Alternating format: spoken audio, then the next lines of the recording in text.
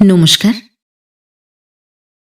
গল্পসঙ্গীর গল্পের আসরে আপনাদের সকলকে স্বাগত জানাই। আজ আপনাদের পড়ে শোনাব সাহিত্যিক বিভূতিভূষণ বন্দ্যোপাধ্যায়ের লেখা গল্প নসু মামা ও আমি।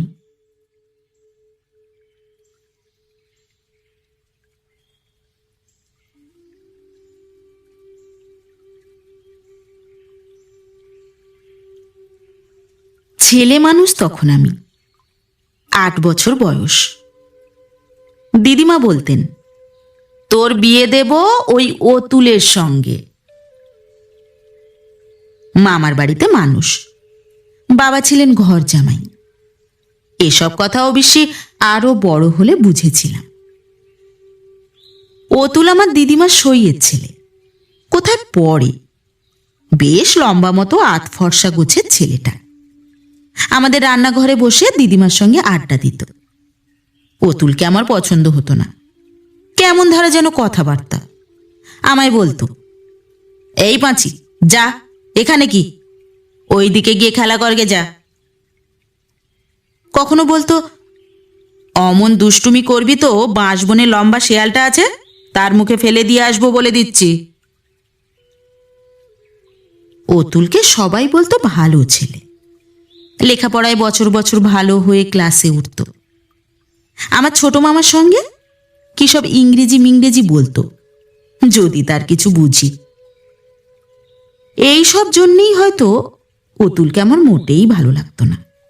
তা সে যত ভালোই হোক, লোকে তাকে যতই ভালো বলুক। ভালো আমার লাগতো মুখুজ্জে বাড়ির নসুকে। কি সুন্দর ফর্সা চেহারা, ননি ননি গড়ন, ডাগর চোখ দুটি, বেশ হাসি হাসি মুখখানি। বয়সও অতুল মামার মতো অত বেশি নয়, আমার চেয়ে সামান্য কিছু বড় হবে। অতুল মামার বয়স হয়তো ছিল 16-17। নসু হাসলে তার মুখ দিয়ে যেন মুক্ত ঝরত, দিদিমার সেই গল্পের মতো। এমন সুন্দর মুখ আমার 8 বছরের জীবনে এ অজ পাড়া গাঁয়ে কটাই বা দেখেছি। দিদিমার কাছে এসে বসে মাঝে মাঝে সেও গল্প করত। সে যা বলতো তা যেন মধুর, অতি মধুর। আমি হাঁ করে ওর মুখের দিকে চেয়ে এক মনে ওর কথাগুলো যেন গিলতাম। অতুলও তো কথা বলে, কিন্তু তার কথা এত ভালো লাগতো না তো। দিদিমা বলতেন, অতুলের সঙ্গে পাঁচির বিয়ে দেব, বেশ মানাবে। আমি মুখ ভারী করে বলতাম, ছাই মানাবে। দিদিমা হেসে বলতেন, ও মা, মেয়ের কাণ্ড দেখো, কেন মানাবে না? তুমি তো সব জানো, তবে তোর মনটা কি শুনি? কাকে বিয়ে করবি তুই? ওই নসুকে। দিদিমা হেসে গড়িয়ে পড়ে বলতেন, এর মধ্যেই মেয়ে নিজের বর বেছে নিয়েছে, ধন্যি যা হোক। একালের মেয়ে কি না, শুনলে সই, নসু নাকি ওর বর হবে। অতুলের মা হেসে বলতেন, কেন রে, অতুলকে তোর পছন্দ হয় না কেন? অতুল মামার বয়স বেশি। বেশি আর কত, 16 বছর। তা যাই হোক, 16 বছরের বুড়োকে আমি বুঝি বিয়ে করব? নসু ছেলে মানুষ। দিদিমা বলতেন, দেখো সই, একালের মেয়ের কাণ্ড দেখো। নসুর বয়স 12, ওকেই বেশি পছন্দ। তোমার আমার কাল চলে গিয়েছে। 13 বছর বয়সে আমার বিয়ে হলো, উনি তখন 42। দোজ পক্ষে আমায় ঘরে আনলেন। তোমারও তো। অতুলের মা বললেন, আমার অত না, উনি তখন 29, আমার 11। দোজ পক্ষে তো বটে, শুধু তাই সতীন বেঁচে। আমায় ভগবান সেদিক থেকে নিষ্কণ্টক করেছিলেন, তাই খানিক রক্ষে। মাঝে মাঝে নসুকে অনেক দিন দেখতাম না। আমাদের পাড়ায় সে আসতো না খেলতে। আমার প্রাণ হাঁপিয়ে উঠত।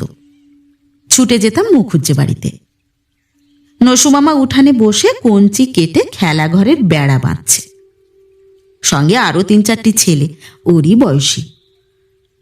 আমি বলতাম, ও নসু মামা, আমাদের বাড়ি যাওনি যে? কি রোজ রোজ যাব, তুই এত দূর এলি যে, আসতে ভয় করে না? না। খেলা করবি? অন্য ছেলেগুলো তখনই বলে উঠত, মেয়ে মানুষ আবার আমাদের সঙ্গে খেলবি কেন? যা তুই পুঁটি মান্দিদের সঙ্গে খেলগে যা। নসু বলতো, খেলুক আমাদের সঙ্গে, তাতে কি? হাবু বলতো, ও কি দা দিয়ে কঞ্চি কেটে আনতে পারবে? কি খেলা হবে ওকে নিয়ে? যা তুই। আমাকে কাঁদো কাঁদো দেখে নসু এসে হাত ধরত, বলতো, কেন ওকে অমন করছিস তোরা? ও কেন কঞ্চি কাটতে যাবে?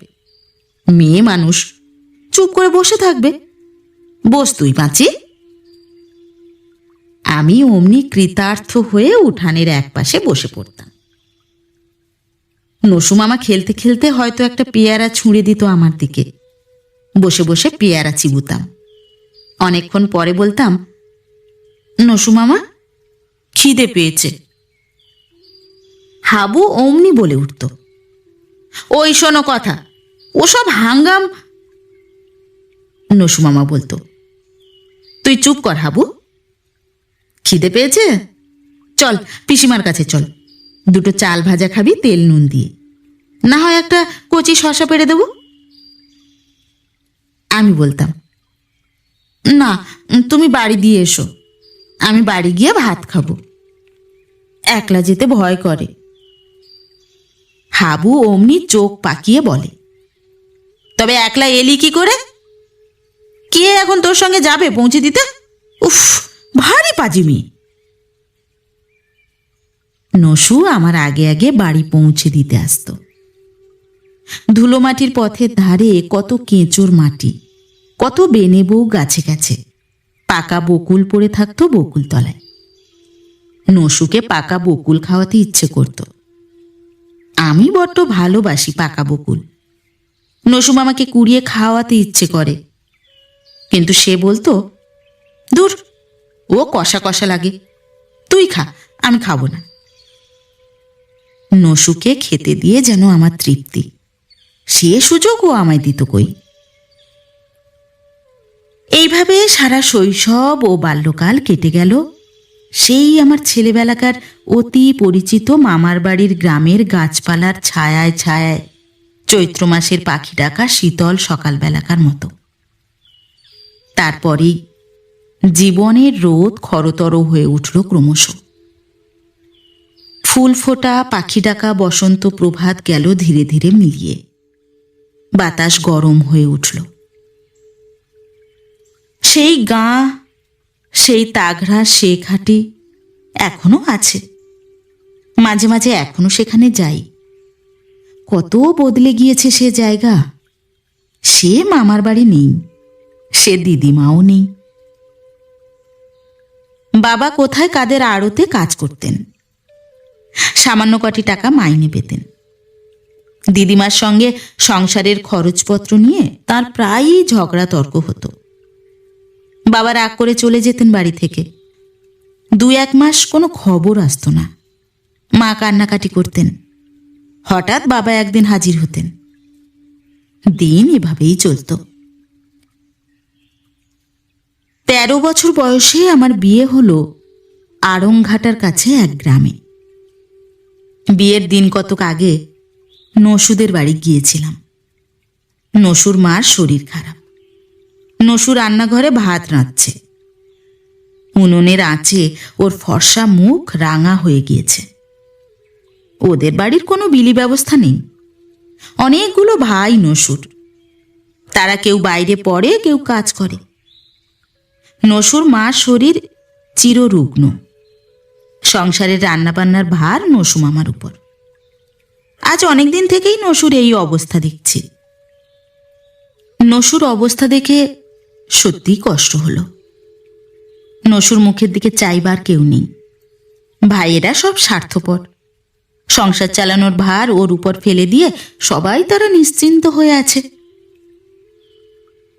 নসু মামা আমায় দেখে হেসে বললে, হায় পাঁচি, বস। কাল দই পেতেছিলাম, দইটা বসেনি, উনুনের পাড়ে রেখে দেবো, কি বলিস? যত সব মেয়েলি গল্প নসুর। সাধে কি ওকে সকলে বলে জনার্দন মুখুজ্জের বিধবা মেয়ে? আমায় বললে, কাল বুঝলি, এক কাঠা মুগের ডাল ভাজলাম, ভাঙলাম, বেলা গেল ডাল ডুল করতে, গা হাত সব ব্যথা। বললাম, তুমি ডাল ভাজলে? সত্যি? হ্যাঁ রে, নইলে কে করবে? আবার কাল এক গাদা ময়লা কাপড় সোডা সাবান দিয়ে সেদ্ধ করতে হবে। দুঃখিত সুরে বললাম, ওসব মেয়েলি কাজ, তুমি ওসব করো কেন? আমায় ডাকলে না কেন? আমি ডাল ভেজে দিতাম। নসু বললে, হা হা, আমি না পারি কি? তোকে আবার ডাকতে যাব কেন? লেখাপড়া করবে না নসু মামা? এসব কাজ কি তোমার সাজে? পুরুষ মানুষ, লেখাপড়া করো। আমায় কে পড়াবে? দাদারা এক পয়সা দেবে না। তাছাড়া মার শরীর খারাপ। আমি বাড়ি থেকে গেলে রান্নাবান্না কে করে বল? পড়বার খরচ জুটলেও আমার পড়া হতো না। আমি বসে বসে ওর কুটনো কুটি দিলাম। আমার বিয়ের কথা বললাম। নসু মামা বিশেষ কোনো আগ্রহ প্রকাশ করলে না। ও যদি একটুও আগ্রহ প্রকাশ করত, শুনতো কোথায় আমার বিয়ে হচ্ছে ইত্যাদি, তাহলে আমার ভালো লাগতো। কিন্তু না, সে সুখ আমার অদৃষ্টে নেই। নসু মামা একটা কথাও জিজ্ঞেস করলে না সে সম্বন্ধে। আমার বিয়ের রাত্রে নসু নেমন্তন্ন খেয়ে এলো পেট পুরে। কিন্তু না এলো একবার বিয়ে দেখতে, না একবার বাসর ঘরে উঁকি মেরে দেখলে। আমার মনটা যেন কেমন ফাঁকা ফাঁকা। ও যদি আসতো তবে খুব ভালো লাগতো। মনের মধ্যে ডুব দেওয়ার সময় আমার নয় তখন। তবুও কি যেন একটা হয়ে গেল। এত বাজনা, এত খাবার দাবার, এত লোকজনের যাতায়াত, আমার নতুন কাপড় গয়না, কিছুই ভালো লাগলো না। মনে উৎসাহ নেই। আগেই বলেছি, আমার বিয়ে হয়েছিল আড়ংঘাটার কাছে শিকারপুরে। স্বামীর বয়সও 17-18 বেশি নয়। রোগা চেহারা, মাথার চুল ওঠা। বিয়ের পরে জানা গেল স্বামী ম্যালেরিয়ার পুরনো রোগী। মাসে 2 বার ম্যালেরিয়া জ্বর বাঁধা আছেই। আড়ংঘাটার যুগল কিশোর ঠাকুরের মেলার সময় ময়রার দোকান খোলেন আমার খুড়শ্বশুর।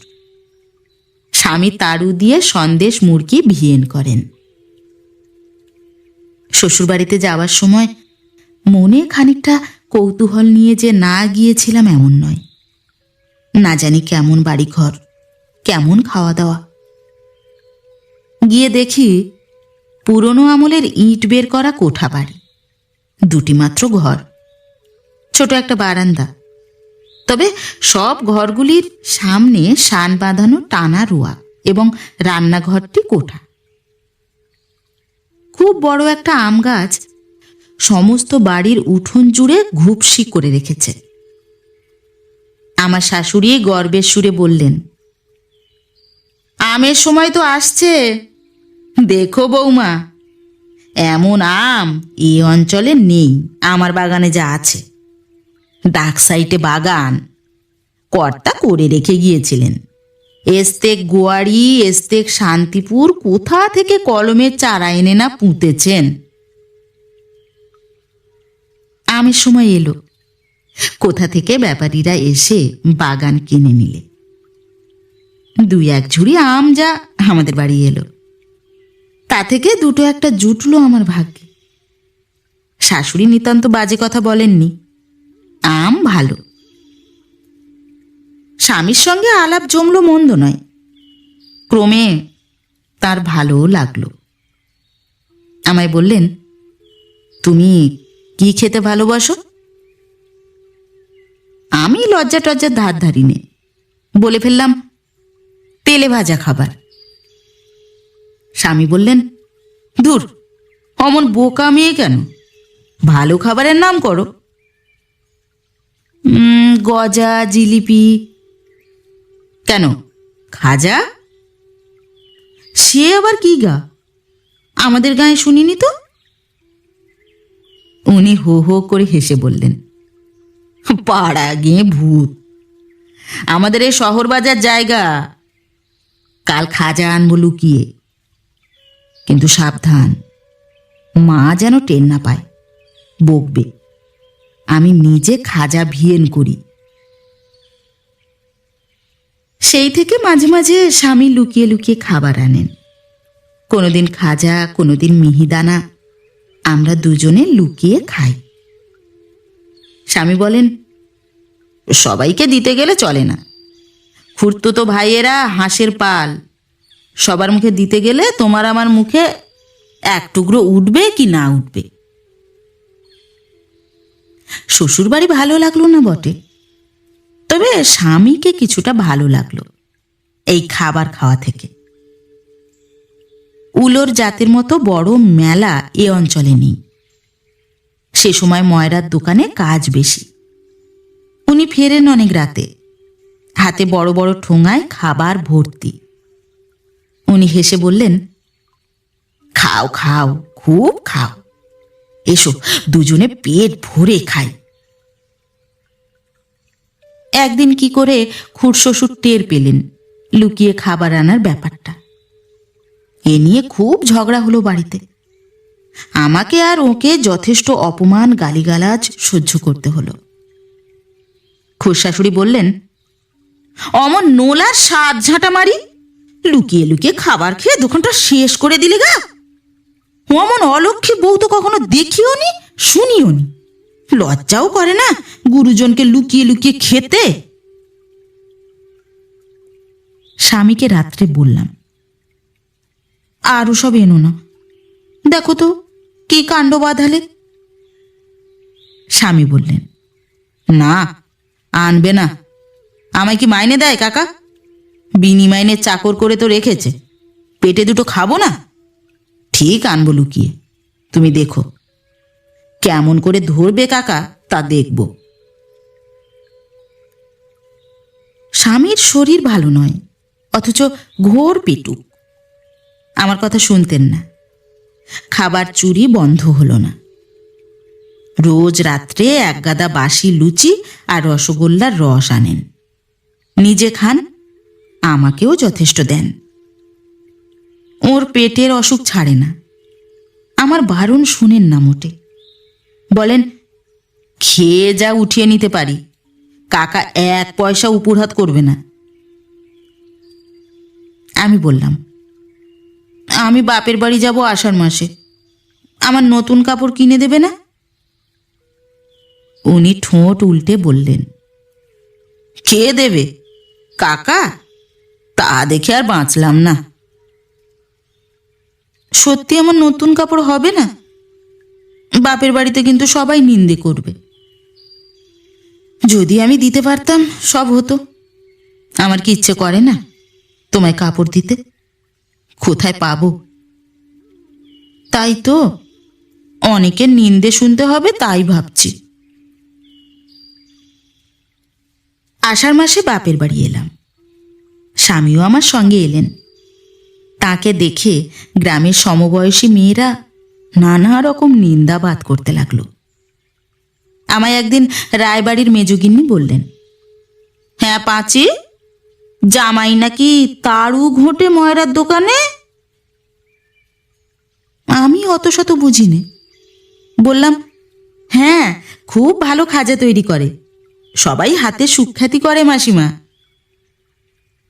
মেজগিন্নি হেসেই খুন। তার বড় পুত্রবধূ যে বাপের বাড়ি থেকে আসতে চায় না, বাপের বাড়ির গ্রামে কোন প্রতিবেশী ছেলের সঙ্গে প্রণয়াসক্ত, এসব কথা তিনি তখন ভুলে গেলেন। আমার স্বামীর খাবারের দোকানে কাজটাই প্রবল দোষের ও নিন্দের কারণ হয়ে উঠল তাঁর কাছে।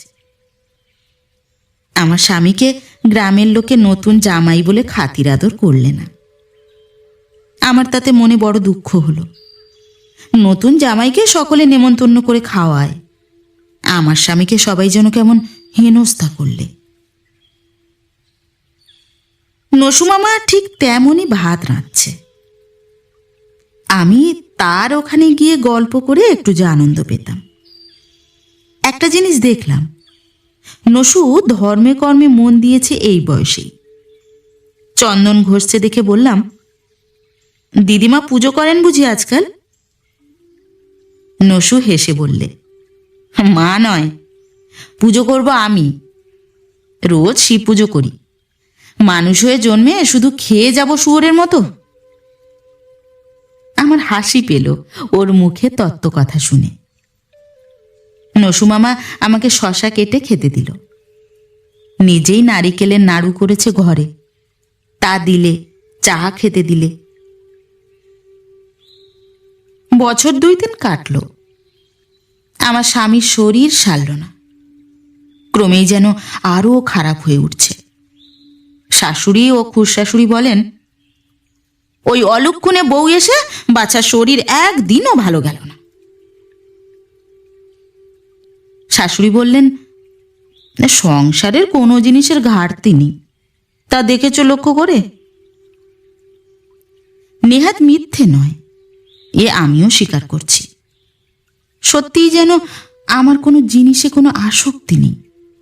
ভালো কাপড় নয়, গহনা নয়, কোনো কিছুতে না।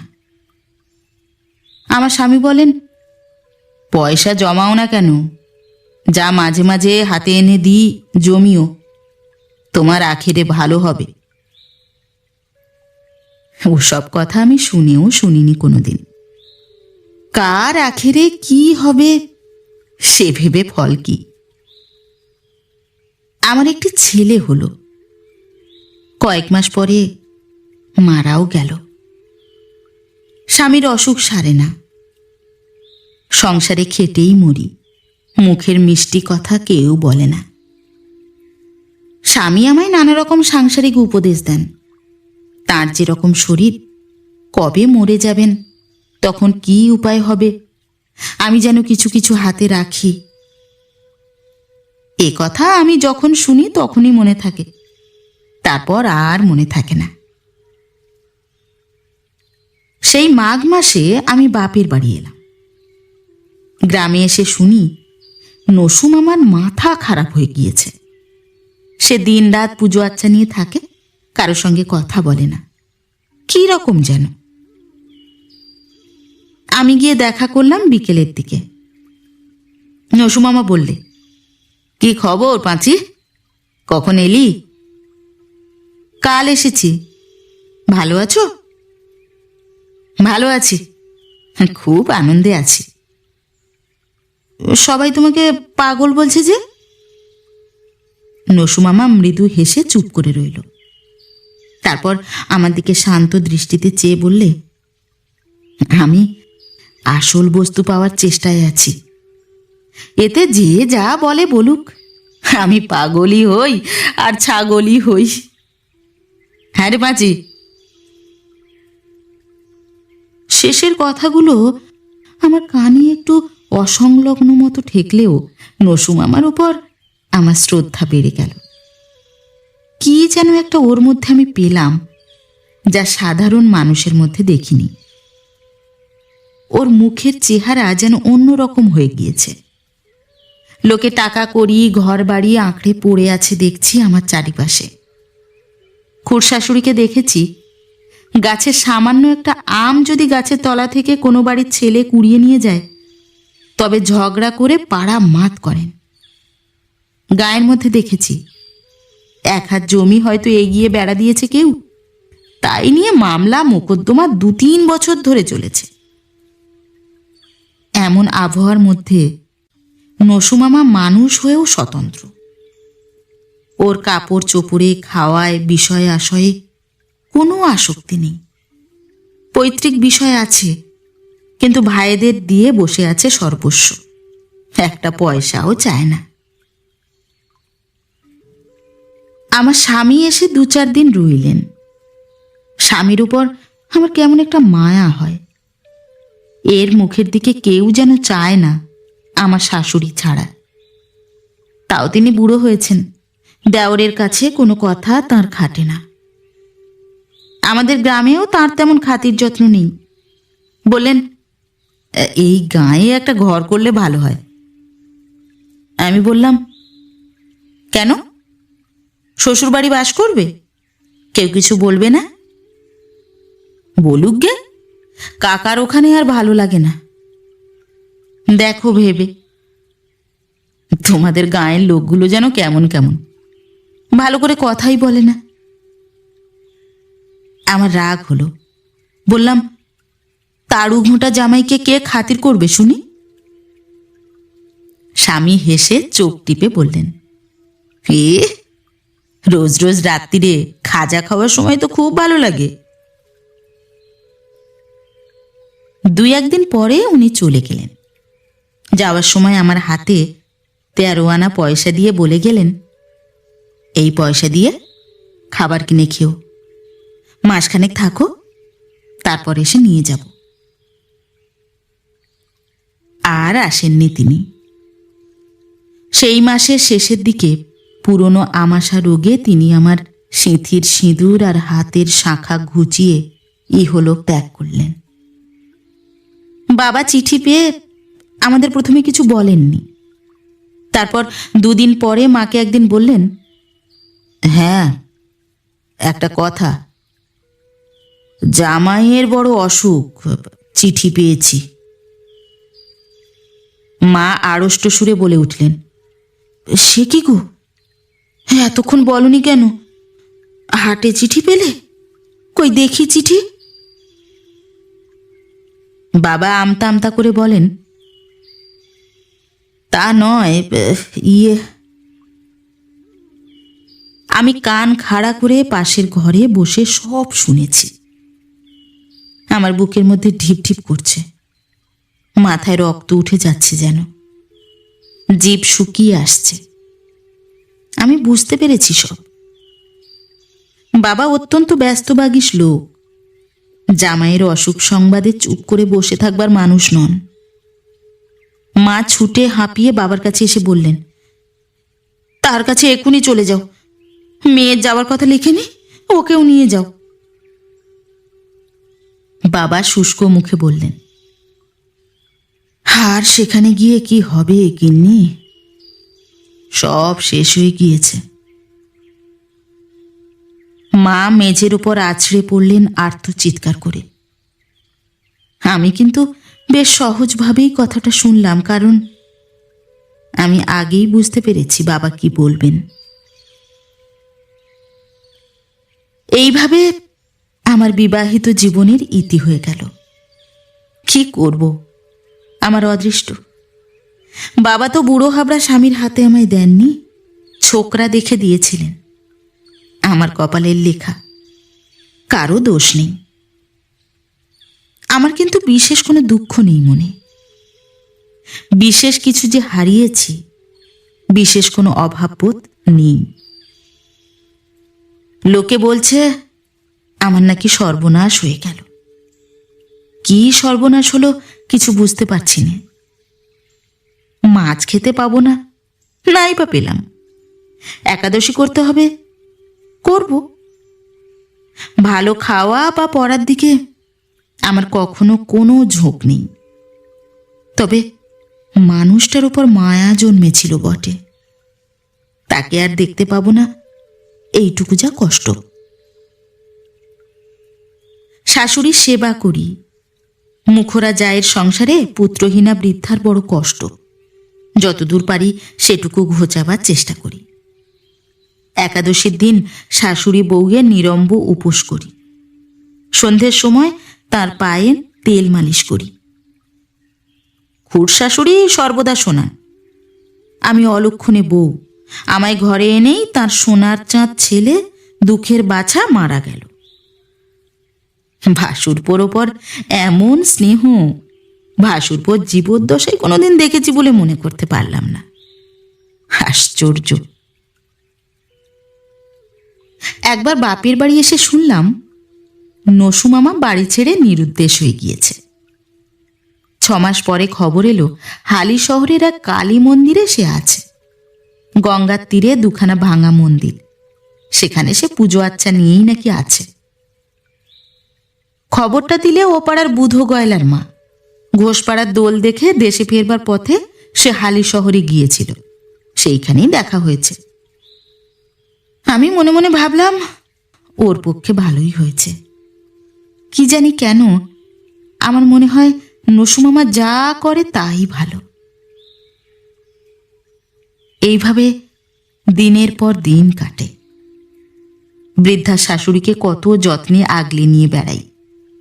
বাপের বাড়ি গিয়ে বেশি দিন থাকতে পারিনি, পাছে বুড়ির কষ্ট হয়।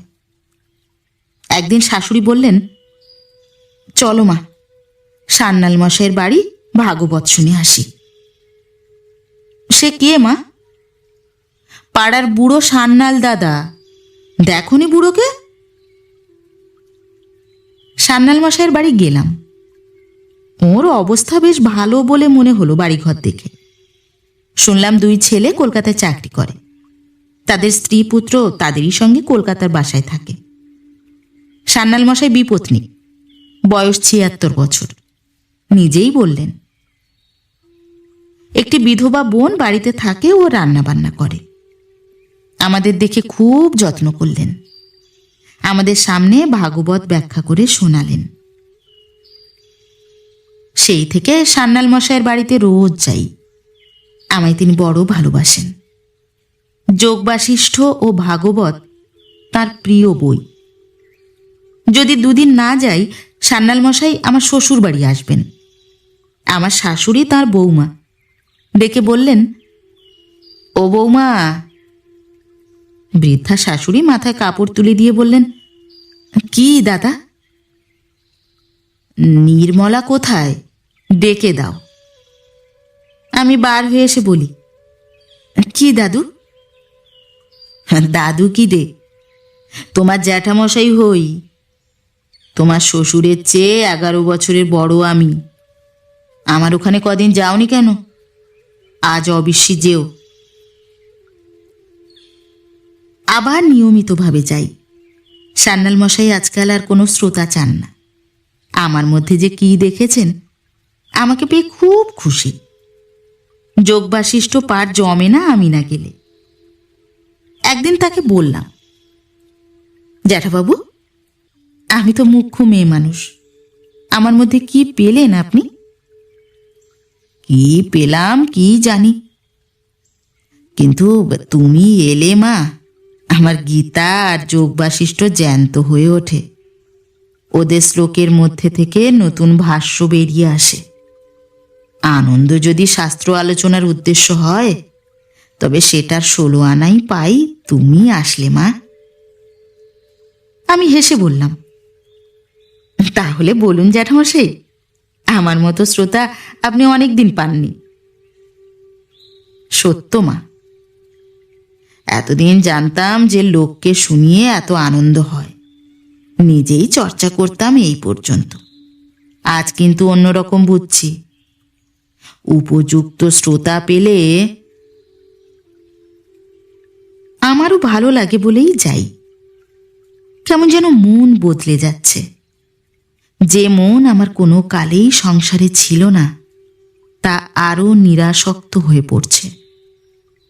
বন্ধনের মধ্যে কেবল বৃদ্ধা শাশুড়ি।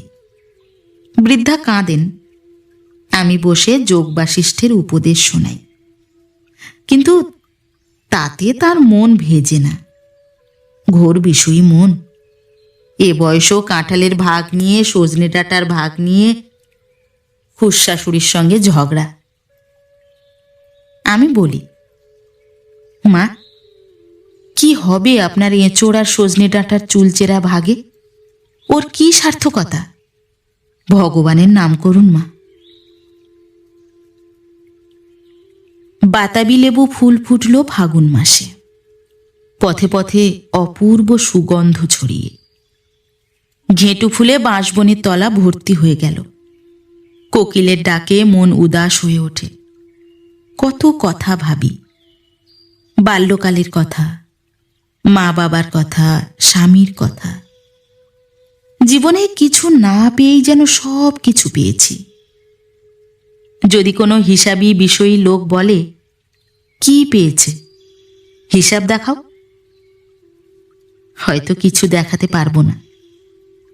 কারণ বাইরে আমার অর্ধমলিন স্বরূপ আর ধুতি আর দুগাছি অতি সরু বিবর্ণ সোনার চুড়ির মধ্যে কেউ কোনো লাভের সন্ধানই খুঁজে পাবে না। আমার মন বলে, কি এক জিনিসের ঠিকানা মিলেছে, যার দরুন অফুরন্ত আনন্দের ভাণ্ডার আজ আমার কাছে খোলা। অন্য সব কিছু যেন তুচ্ছ হয়ে গিয়েছে। একদিন আমার শাশুড়ি বললেন, ও বৌমা, তোমাদের গাঁয়ের একটি ছেলে আমাদের গ্রামে হরিকলুর বাড়িতে এসে চাকরি করছে। বামুনের ছেলে, দিব্যি চেহারা, কিন্তু বাপু কলু বাড়ি জল তোলে, গরুর জাপ কাটে, এ আবার কেমন কথা? বড্ড গরিব বোধ হয়। আমি দেখিনি, কে কাল বলছিল ঘাটে, বললে বৌমার দেশের লোক।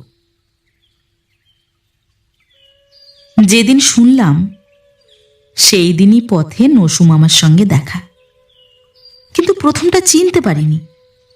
নসু মামার মাথায় বড় বড় চুল, পরনে শাড়ি, আধঘোমটা দেওয়া, হাতে কাঁচের চুড়ি, মেয়েলি বেশ, অথচ মুখে ঈষৎ গোঁপ দাড়ি। আমার হাসি পেল ওর এই অপরূপ বেশ দেখে। আমায় দেখে মেয়েলি সুরে বললে, ও পাঁচি, ভালো আছিস তো ভাই? আমি অবাক হয়ে বললাম, তোমার এ কি বেশ নসু মামা? নসু মামা অদ্ভুত হাসি হেসে বললে, এই থাকলেই হলো একরকম। তুমি নাকি কলুবাড়ি বাসন মাজো, জল তোলো, দোষ কি? তুমি যা ভালো বোঝো। বৃদ্ধা শাশুড়ি সেই শ্রাবণ মাসে দেহ রাখলেন। দিন দশেক জ্বরে ভুগে গভীর রাত্রে মৃত্যুর কিছু পূর্বে অশ্রুভরা চোখে আমার দিকে চেয়ে বললেন, তোমাকে কার কাছে রেখে যাচ্ছি মা? বৃদ্ধার আকুল সুরে মনে ব্যথা বাজল আমার। তার জ্বর শীর্ণ হাত দুটি ধরে বললাম, কেন, আমার সোনার চুড়ি আছে, 1 বিঘে আমন ধানের জমি আছে, ভাবনা কি মা আমার? কিছু ভেবো না আমার জন্যে। বিষয়ী লোককে বিষয়ের ভাষায় সান্ত্বনা দিই। আমি জানি যার কাছে আমি আছি তিনি আমায় কোনো দিন ফেলবেন না, চরণে স্থান দেবেনই। নসু মামার সঙ্গে দেখা আবার একদিন। সে একগাদা কাপড় সেদ্ধ নিয়ে ঘাটে যাচ্ছে কাস্তে। আমি বললাম, ওসব কাজ আমায় দাও নসু মামা, আমি তোমায় করতে দেব না। জোর করে সেগুলো তার কাছ থেকে নিয়ে নিজে কেচে দিলাম। আমার চোখের সামনে ওসব খাটুনি খাটতে দেব না ওকে।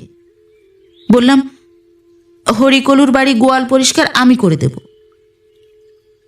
না পাঁচি, লক্ষ্মীটি, লোকে কি বলবে? আমি গ্রাহ্য করিনি। আমি করি। মিথ্যে কথা, তুমি কিচ্ছু গ্রাহ্য করো না। কলুবাড়ি বাসন মাজছ, অথচ পাঁচি, এসব তুই বুঝবি নে, ওসব করিস নে কখনো। ওর কথা সান্যাল জ্যাঠাকে বলতে তিনি বড় ব্যস্ত হয়ে পড়লেন ওকে দেখবার জন্যে। হরিকলুর বাড়ির পেছনে একটা পুকুর, পুকুরের চারিধারে আম কাঁঠালের বাগান। তারই একটা গাছতলায় দেখা গেল ও চোখ বুজে বসে। সেই থেকে সান্যাল মশাইয়ের সঙ্গে ওর ভাব হয়ে গেল। যোগ বশিষ্ঠের দলে ভিড়ে পড়ল।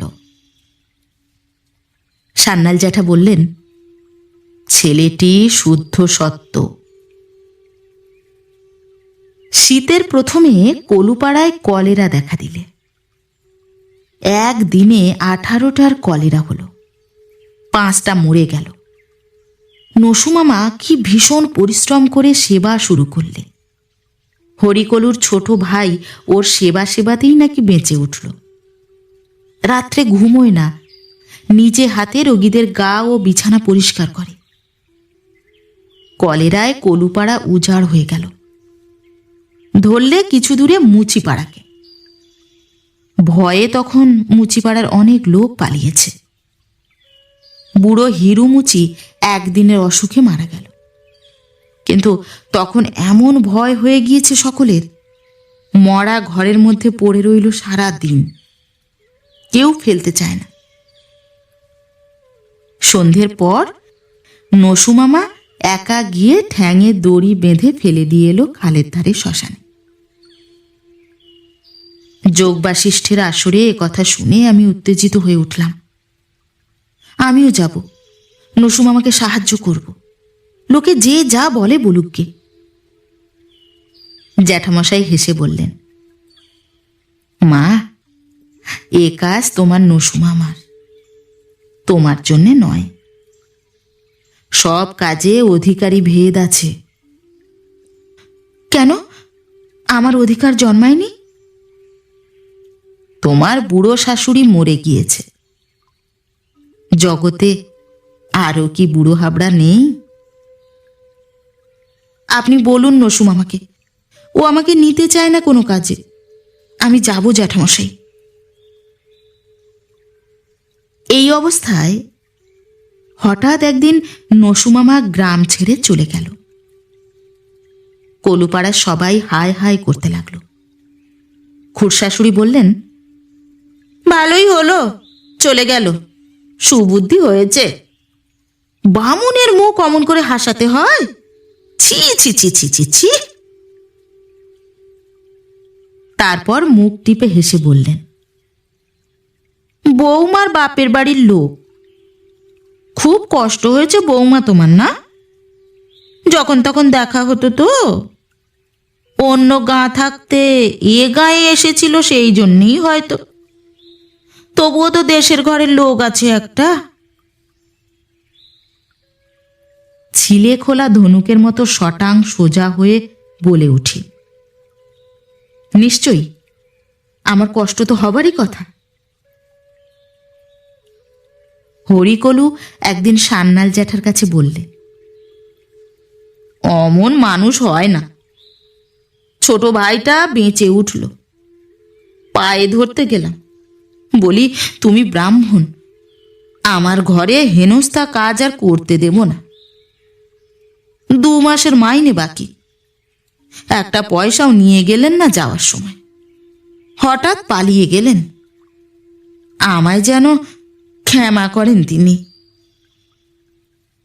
হাত জুড়ে সে উদ্দেশ্যে প্রণাম করলে। আবার ফাল্গুনে বনে বনে ফুল ফুটেছে, আবার কোকিলের ডাক পথে পথে। মুচুকুন্দ চাঁপার সুগন্ধে ঘাটের রানা ভুরভুর করে। আমি একদিকে যেন সম্পূর্ণ নিঃস্ব।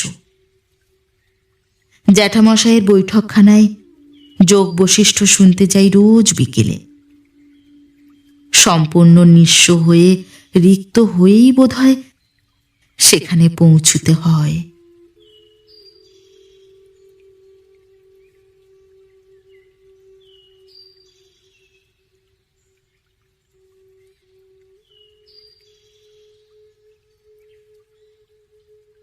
নমস্কার।